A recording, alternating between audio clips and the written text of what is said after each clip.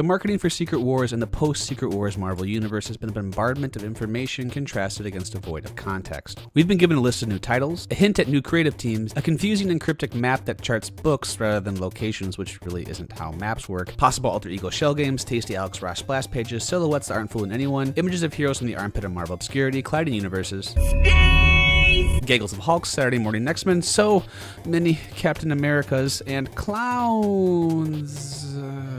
We are getting all of this stimuli and no direction on how to process it. So fan reaction has largely been dependent on biases, confusion, and the perceived motivations projected on Marvel's editorial board. Warranted and kaleidoscoping reactions have ranged from patient reservation of opinion to methed outrage gorilla, and I can understand both extremes. More pragmatic fans seem to view all this as a storm of messy gibberish and have chosen to place their faith in the creative leadership that has elevated this company to status of gold-encrusted pharaoh of pop culture. But the massive upheaval promised by Secret Wars has thrown some fans into a panic. Most of the anxiety seems to be focused around the ultimate fate of the X-Men and Fantastic Four franchises. The comic book fates of these properties have long been the subject of rabble-rousing among the tinfoil hat-wearing society of comic book fans. This contingent has always believed the Marvel Illuminati are out to marginalize and banish these characters due to the fact that their movie rights are owned by Fox. Being a Marvel fan has been pretty cushy lately. The movies are good, the books are great, the swag is slick, and they've managed to zig out of controversy when other companies have zagged. So I would love nothing more than to dismiss the conspiracy theories as a bunch of angst-fueled drama queens set on ruining everyone else's good time. However,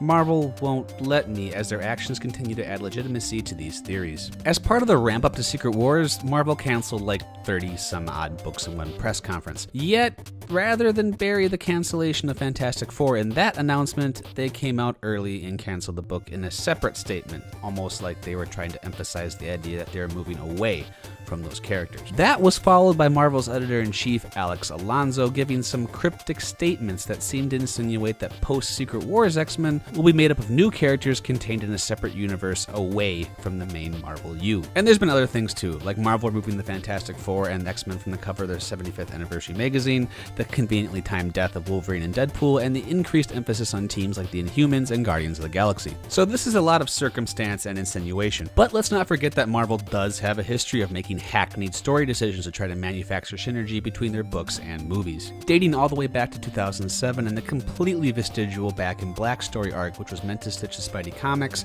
in with Sam Raimi's bloated and bastardized swan song. This strategy reappeared recently in the pages of Access, when Scarlet Witch and Quicksilver's origins were retconned to make them more copacetic with their movie counterparts. So that's a lot of evidence that might suggest that Marvel's taking Mr. Fantastic and Cyclops out into the desert at gunpoint with a couple of shovels. But it's still all circumstantial and saturated with projected motivations. If I were Gil Grissom and I were examining the preponderance of evidence, I would still probably believe the monetary value of merchandise, animated television projects, and comic books featuring these characters will outweigh Marvel's desire to antagonize a company that bullied it during its lean years. I don't think revenge is written in big red letters across Marvel's 2015 business strategy. They understand the value of their properties, and the panic among mutant and First Family fans is likely a product of their imagination confusing uncertainty with malice. Marvel has earned the patience of its fans, but it needs to remember, success is not a permission slip to act shitty. Just like fans need to remember that the assumption of future slates is not a permission slip to throw rocks. That's Miss Comics taking after time. Peace out.